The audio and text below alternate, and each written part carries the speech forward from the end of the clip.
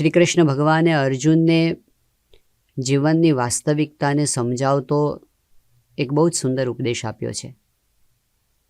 કૃષ્ણ ભગવાન કહે છે કે માત્રા સ્પર્શાસ્તુ કૌંતેય શીતોષ્ણ સુખ દુઃખદાહ આગમા પાયિનઃ અનિત્યાહ તાન સ્થિતિક્ષસ્વ ભારત.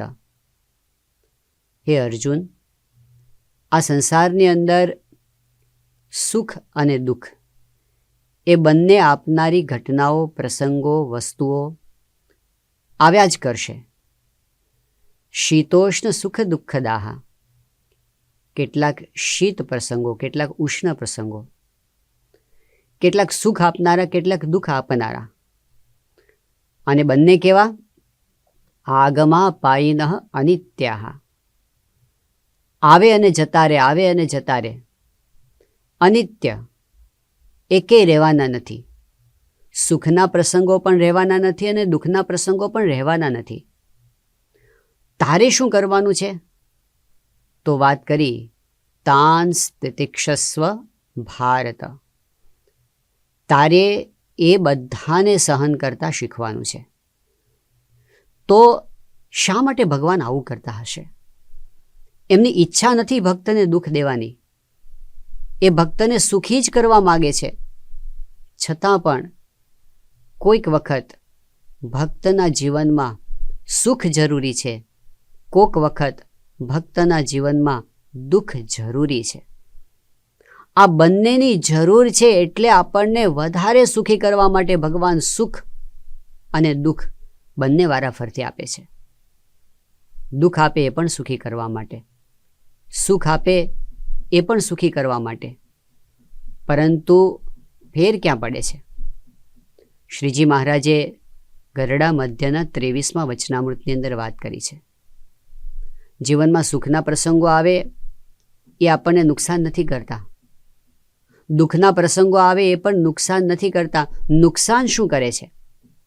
તો શ્રીજી મહારાજે કહ્યું કે સુખના પ્રસંગે જે મન આસક્ત થઈ જાય છે અને દુઃખના પ્રસંગમાં જે મન ઉદ્વિગ્ન બની જાય છે, એ મનની પ્રક્રિયા આપણા માટે દુઃખદાયક નીવડે છે. થોડા વર્ષો પહેલાંની વાત છે કે એક યુવક અહીં સારંગપુર આવ્યો હતો અને એણે પોતાના જીવનમાં, પોતાના કુટુંબમાં બનેલા એક દુઃખના પ્રસંગની વાત કરી. ઘટના એવી બની હતી કે જે કંઈ વ્યવસાય ચાલતો હશે એમના પરિવારનો, એમાં કેટલાક પ્રસંગો એવા બન્યા કે જેને લીધે આર્થિક રીતે ઘણું નુકસાન ગયું અને કેટલુંક દેવું ચડી ગયું.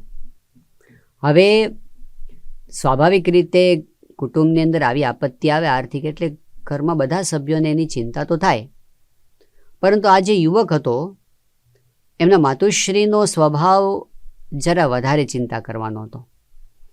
એટલે એને રાત દિવસ એ જ વિચાર આવ્યા કરે કે હવે શું થશે, હવે શું થશે. એને એક વિચાર હતો કે એમના પિયરની અંદર એમના જે ભાઈઓ હતા એ આર્થિક રીતે સુખી સંપન્ન હતા. એટલે એવી એક આશા હતી કે મારા જીવનમાં આવો દુઃખનો પ્રસંગ આવ્યો છે, મેં હજી સુધી કોઈ દિવસ ભાઈઓ પાસે હાથ લાંબો કર્યો નથી, પણ આવા પ્રસંગે ભાઈઓ મદદ કરશે. એણે ભાઈઓને વાત પણ કરી, પણ સંસાર છે, કોઈએ એક બહાનું બતાવ્યું, કોઈએ બીજું બહાનું બતાવ્યું. અમે પણ અત્યારે સંકટમાં છીએ, અરે મારાય પૈસા ફસાઈ ગયા છે, એવી એવી વાતો કરી કે જાણે આપવાનું તો કંઈ આવે જ નહીં. એ બેનને આનાથી બહુ જ આઘાત લાગ્યો કે કોઈ આ સંસારમાં આપણું નથી, આ દુઃખના પ્રસંગમાં. હવે એ આઘાત, એ દુઃખની લાગણી એટલી બધી વધી ગઈ, એને નિયંત્રણ ન કરી શક્યા અને એણે રેલવેના પાટા પર પડતું મૂક્યું. ટ્રેન આવતી હતી, બનવા જોગ એવું થયું કે ટ્રેન તો પસાર થઈ ગઈ. એ બહેનના બંને પગ આખા કપાઈ ગયા, પણ એ જીવતા રહી ગયા. આત્મહત્યાનો પ્રયાસ હતો પણ મૃત્યુ ના પામ્યા.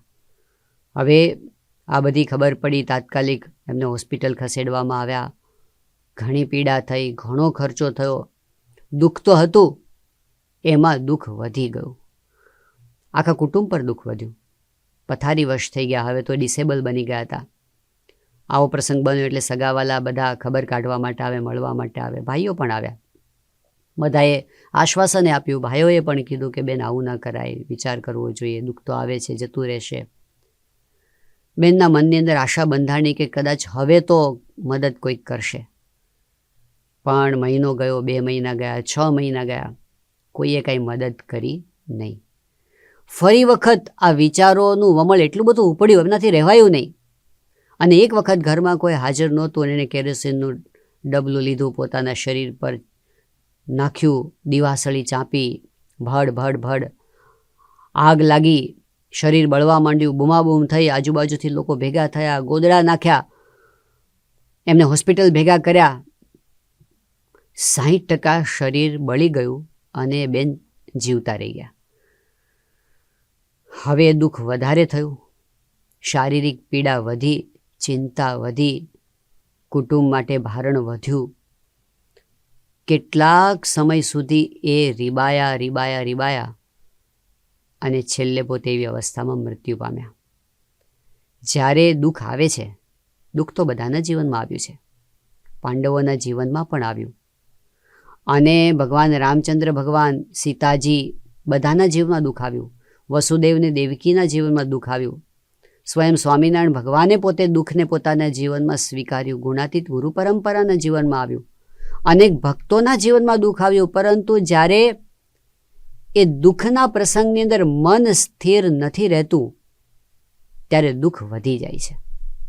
એટલે જરૂરી છે કે કષ્ટના સમયમાં આપણે આપણા મનને એવી સમજણ આપીએ એ સ્થિર રહે, શાંત રહે. આવી જ રીતે સુખના પ્રસંગની વાત છે. સુખના પ્રસંગમાં પણ જો મન સ્થિર ન રહે તો વૃત્તિઓ ફાટી જાય છે. જો સુખના પ્રસંગની અંદર વ્યક્તિ પોતે અહંકારી બની જાય તો પણ એનું વ્યક્તિત્વ સાવ બગડી જાય છે. અંતે એ પોતે અધોગતિના માર્ગે જાય છે. વડોદરાની અંદર ગોપાળાનંદ સ્વામી બિરાજે, મંદિરની અંદર બધા હરિભક્તો આવતા હોય, એમાં એક સાધારણ એક હરિભક્ત આવે, બધા એને મંગળીઓ કરે. રોજ મંદિરમાં આવી અને મંદિર વાળી નાખે, ગોપાળાનંદ સ્વામી પાસે બેસીને કથા વાર્તા સાંભળે, બહુ ભગવદીય. કોઈ એક વખત ગોપાળાનંદ સ્વામીને વાત કરી કે સ્વામી, આ મંગળીઓ રોજ મંદિરે આવી જાય છે, રોજ સત્સંગ કરે છે, રોજ સેવા કરે છે, પણ બિચારાની આર્થિક સ્થિતિ બહુ નબળી છે અને 2 પાંદડે થતો નથી, તો આપ કંઈક આશીર્વાદ આપો કે એનું સારું થાય. ગોપાળાનંદ સ્વામીને દયા આવી. સ્વામી એને આશીર્વાદ આપ્યા, જા મહારાજ તારું સારું કરશે, અને આશીર્વાદ ફળ્યા. ધીમે ધીમે એની આર્થિક સ્થિતિ સુધરવા માંડી, ઘણી પ્રગતિ થઈ. અને એમ કરતાં કરતાં તો શહેરના જે એકદમ ધનાઢ્ય લોકો હોય એની પંક્તિમાં આવી ગયા. પણ જેમ જેમ ધન સંપત્તિ વધતી ગઈ, જેમ જેમ પ્રતિષ્ઠા વધતી ગઈ, તેમ તેમ મંદિરે જવાનું બંધ થઈ ગયું, સેવા બંધ થઈ ગઈ, સત્સંગ બંધ થઈ ગયો. એની બેઠક ઉઠક તો પછી આવા મોટા મોટા માણસો સાથે જ હોય, અને આખી વૃત્તિ બદલાઈ ગઈ. પછી તો મંદિરે જવાનું સાવ બંધ થઈ ગયું. એકાદ વખત એક ત્યાંથી પસાર થતા હશે, સાથે એના બધા એના જેવા જ માણસો હોય મોટા મોટા, અને થયું કે ચાલો આજે મંદિરે દર્શન કરાવીએ. મંદિરમાં આવ્યા, દર્શન કર્યા, અને ત્યાં પૂછ્યું કે ગોપાળાનંદ સ્વામી છે? કે હા છે ને. ગોપાળાનંદ સ્વામી પાસે ગયા. સ્વામીએ બહુ વર્ષે એમને જોયા એટલે સ્વામી તો એકદમ આનંદમાં આવી ગયા. અરે અરે અરે મંગળિયા, તું ક્યાં હતો? હું તને કેટલું યાદ કરું છું, તું તો દેખાતો જ નથી. એટલે એમણે કીધું કે સ્વામી અત્યારે તો કામ બહુ રહે અને સમય મળતો નથી, આમ છે તેમ છે, એ વાત કરી. પણ એમને ગમ્યું નહીં. સ્વામી એને મંગળીઓ કહ્યું ને. હવે તો શહેરમાં મંગળદાસ શેઠ તરીકે પ્રસિદ્ધ હતા. એટલે એમણે જતાં જતાં એક હરિભક્તને કહ્યું કે ગોપાળાનંદ સ્વામીને કહેજો કે જરા બોલતા શીખે. પેલા હરિભક્તે ગોપાળાનંદ સ્વામીને પછીથી કહ્યું કે સ્વામી, આપે એને મંગળીઓ કહ્યું પણ એમને ગમ્યું નથી. એ તો હવે બહુ પ્રતિષ્ઠિત વ્યક્તિ છે અને બધા એને મંગળદાસ શેઠ કહે છે.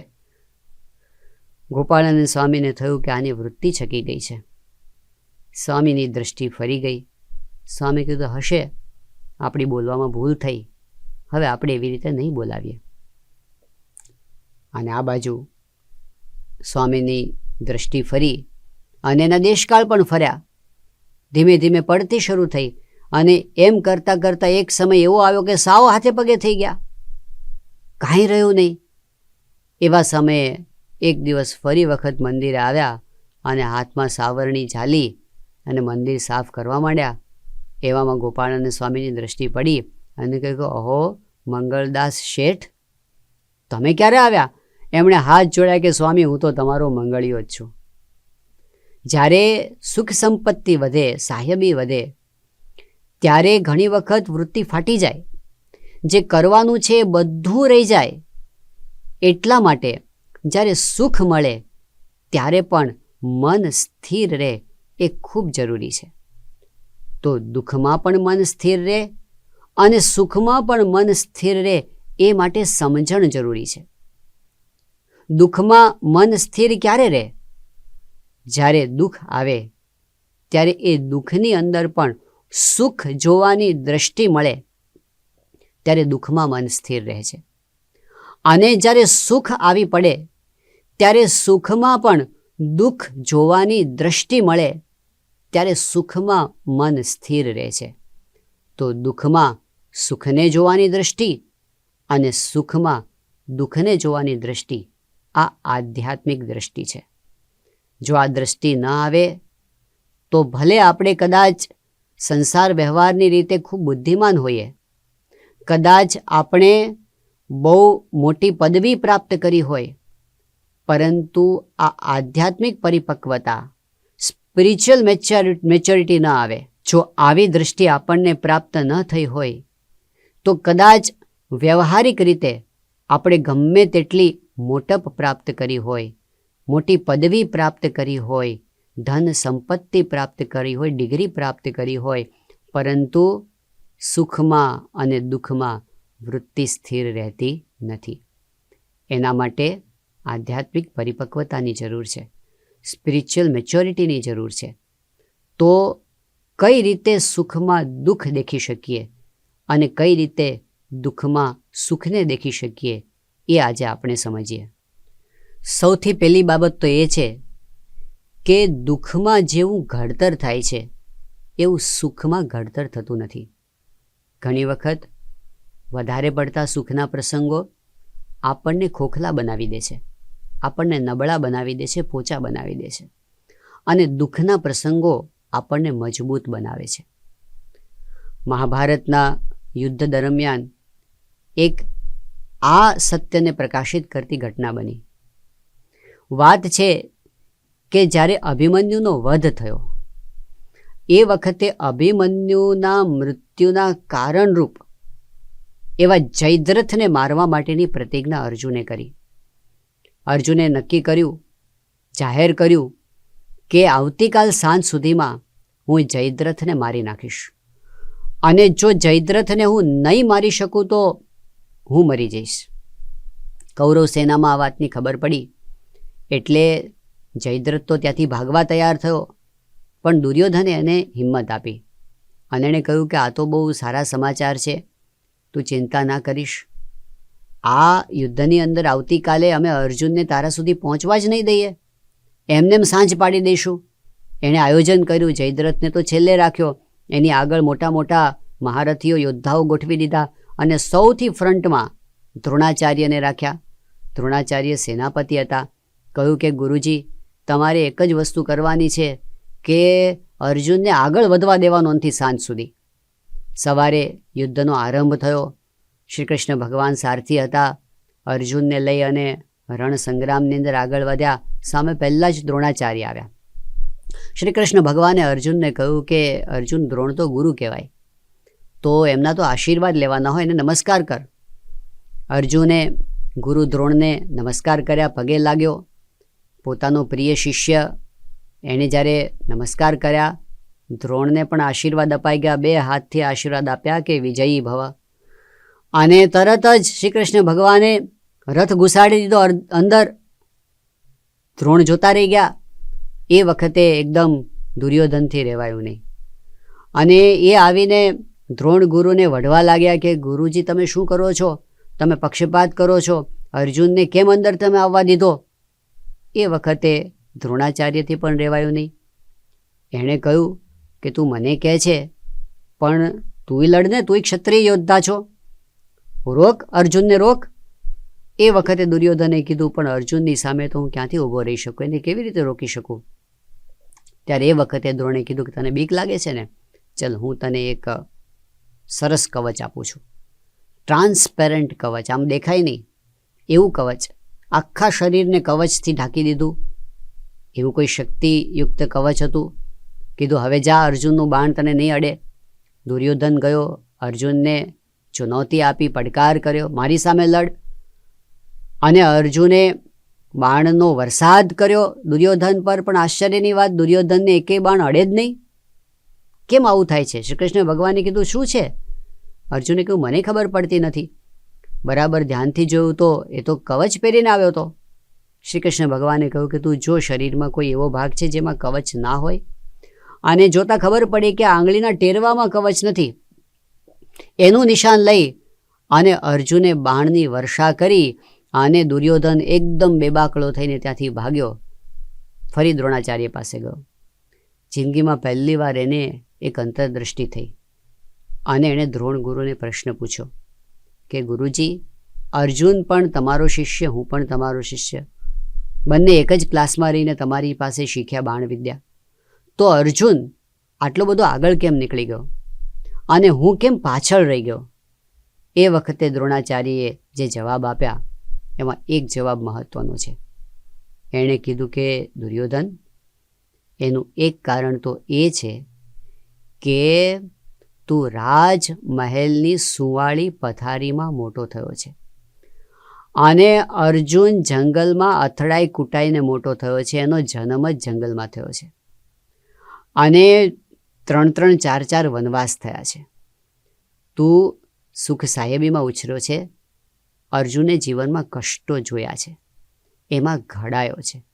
એટલે અર્જુનના જેવા ગુણો, અર્જુનના જેવી મજબૂતાઈ, અર્જુનના જેવી શક્તિ તારામાં નહીં આવે. આ સિદ્ધાંત છે. કષ્ટ છે એ માણસને ઘડે છે અને વધારે પડતી સુવાળપ છે એ માણસના વિકાસને રૂંધી દે છે અને ઘણી વખત એની શક્તિને સાવ ક્ષીણ કરી નાખે છે. મુંબઈના એક કિશોરે એના મિત્રની વાત કરી હતી કે એ અતિ ધનવાન પિતાનો પુત્ર છે. એટલા બધા ધનવાન પિતાનો આ પુત્ર છે કે એને રોજ એના પિતાજી 10,000 રૂપિયા વાપરવા આપે, રોજ 10,000. આ હું આજથી 10 વર્ષ પહેલાંની વાત કરું છું. એટલે એને સવારે ઉઠીને ચિંતા આવે છે કે આજે મારે ક્યાં વાપરવાના 10,000. એના મિત્રોને સાથે લઈને પછી જાય જુદી જુદી જગ્યાએ. એટલે એને સારી સારી ગાડીઓ, સારા સારા કપડાં, રોજ હરવાનું ફરવાનું, મોજ શોખ, આ જેની જિંદગી. પણ અસર કેવી થઈ? એ એટલો સુવાળો કે એનાથી કાંઈ સહન ન થાય, કાંઈ સહન ન થાય. અને શરીરમાં કોક દિવસ પેટમાં દુખે ને, કોક દિવસ માથામાં દુખે ને, કોક દિવસ હાથમાં દુખે ને, કંઈક ચાલુ ને ચાલુ જ હોય. ડૉક્ટર પાસે જાય, ડૉક્ટર મોંઘા મોંઘા ટેસ્ટ કરે ને પછી કે આમાં કાંઈ નથી. પણ એ દુખીને દુખી જ રહે.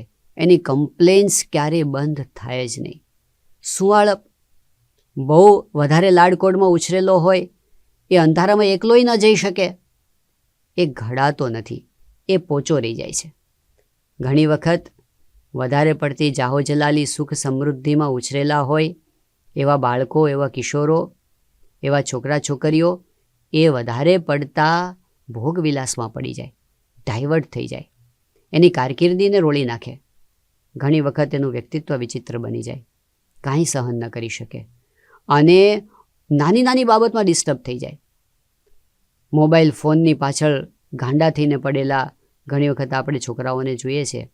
મજા તો આવે છે, એમાં ગેમ રમવાની મજા આવે છે, એમાં જેવું તેવું જોવાની મજા આવે છે, પરંતુ એ મજા કેવી હોય છે? રાત દિવસ એમાં કાઢે એ વખતે એને દુઃખ જેવું કંઈ લાગતું જ નથી, એમાં સુખ જ લાગે છે, પણ એ સુખ એના ભવિષ્યને સાવ ધૂંધળું કરી નાખે છે. એવું આપણે આજે સમાજની અંદર જોઈએ છીએ. ઘણી વખત વ્યસનોના રવાડે ચડી જવાય છે. એમાં પણ જ્યારે વ્યસન કરતા હોય ત્યારે તો એને આનંદ જ આવે છે. કોઈ જુદી રંગેલી સપનાઓની દુનિયામાં એ રાચે છે, પરંતુ અંતે ખલાસ થઈ જાય છે. તો જ્યારે સુખ, સમૃદ્ધિ, લાડકોડ વધારે પડતા મળે છે અને એમાં જ્યારે સમજણ નથી રહેતી, ત્યારે વ્યક્તિ કેવા થઈ જાય છે. એની સામે જ્યારે દુઃખ આવે છે ત્યારે માણસ ઘડાય છે. સુખની અંદર આપણે જોઈએ છે કે કેટલા નાના પ્રશ્નોને લોકો છૂટાછેડા સુધી પહોંચી જાય છે. લગ્ન જીવનની અંદર સહનશક્તિના અભાવને લીધે કેટલા પ્રશ્નો થાય છે.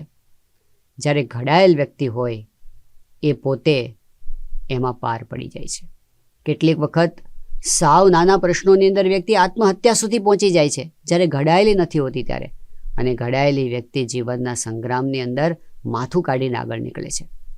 મોટા ભાગના મહાપુરુષોના જીવનમાં આપણે જોઈશું તો એ મહાન બન્યા છે, સીધે સીધા નથી બની ગયા. એને કષ્ટોમાંથી પસાર થવાનું થયું છે અને એમાં એનું ઘડતર થયું છે. આપણે પેલી કવિતાની અંદર સાંભળીએ છીએ કે વાંસળીને વાગવું હોય તો એને વિંધાવવું પડે છે. વાંસળી વિંધાય છે ત્યારે એમાંથી મધુર સૂર નીકળે છે. કષ્ટો સહન કરવા પડે છે. માટલું ઘડાય છે અને એમાં ઠંડુ પાણી થાય છે, પરંતુ એ માટે એને તાપ સહન કરવા પડે છે, એને ટપલા સહન કરવા પડે છે, ટકોરા ખાવા પડે છે, એને ભઠ્ઠીમાં તપવું પડે છે અને પછી એમાંથી મધુર મીઠું ઠંડુ પાણી આપે એવું માટલું બને છે. તો ઘડતર માટે કષ્ટ ઘણીવાર જરૂરી હોય છે.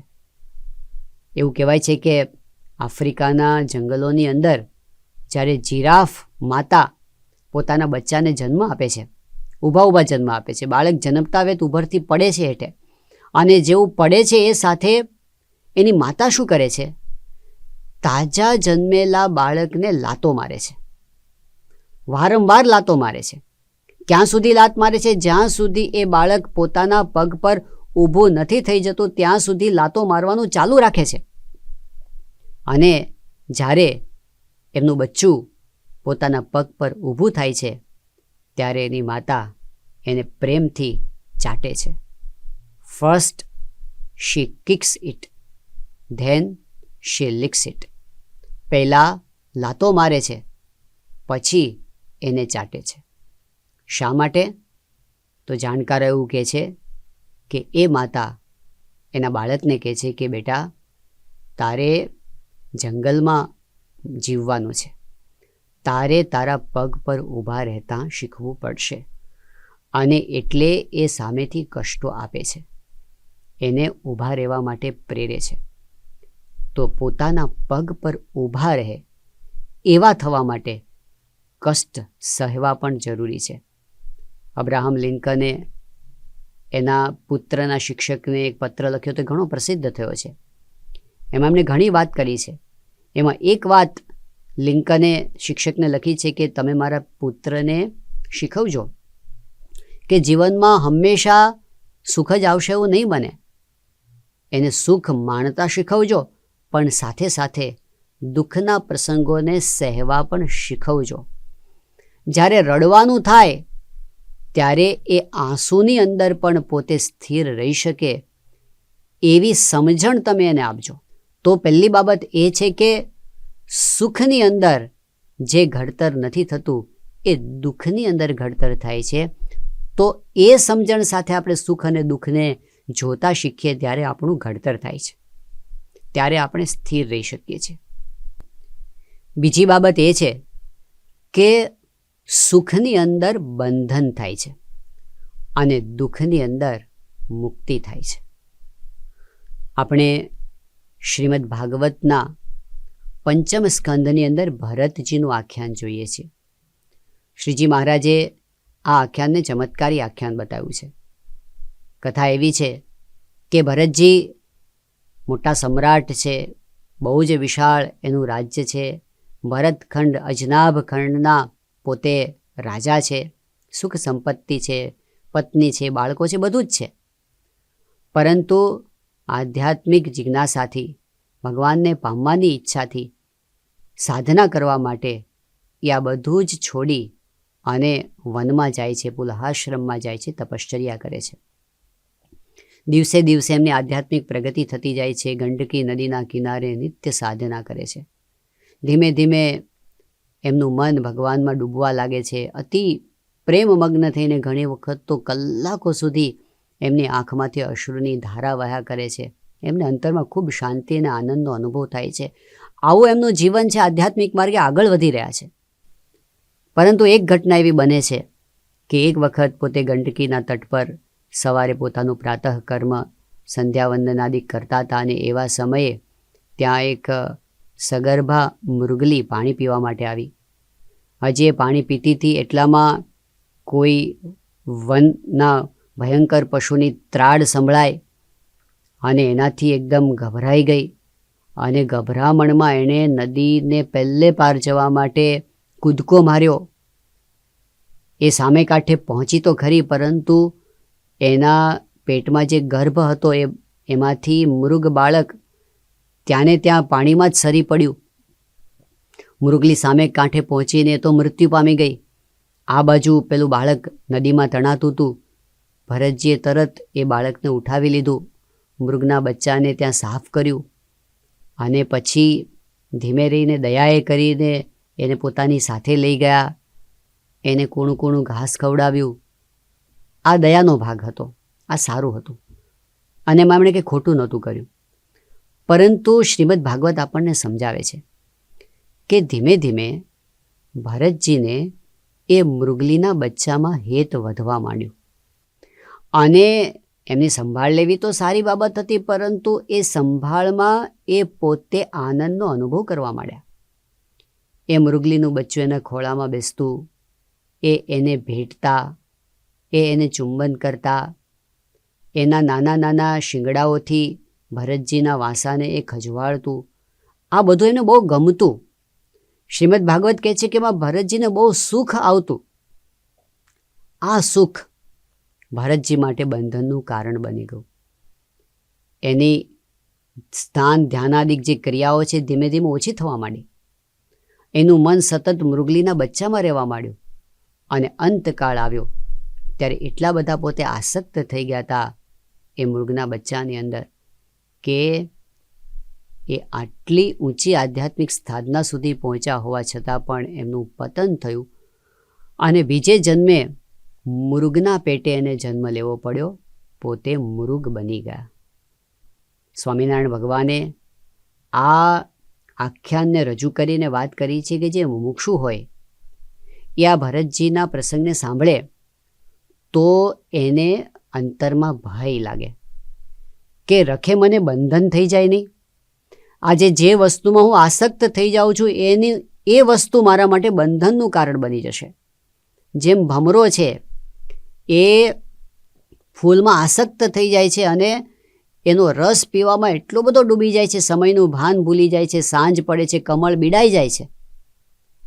એ પોતે આમ તો સક્ષમ છે, ભમરો તો લાકડાને પણ કોતરી નાખે, પણ આસક્તિને લીધે એ રાતભર અંદર પડ્યો રહે છે. કમળ હજી બીડાયેલું છે ને સવારના પોરમાં હાથી આવી અને કમળની દાંડીને ખેંચી કાઢે છે અને પગથી કચડી કાઢે છે અને ભમરો મૃત્યુ પામે છે. આ તો એક રૂપક છે. પરંતુ જ્યારે કોઈ પણ જગતના સુખમાં આપણે વધારે આસક્ત બનીએ છીએ ત્યારે એ આધ્યાત્મિક રીતે આપણા અધઃપતનનું કારણ બને છે. એ આપણને બાંધી દે છે. એમાંથી જન્મ મરણ ઊભા થાય છે.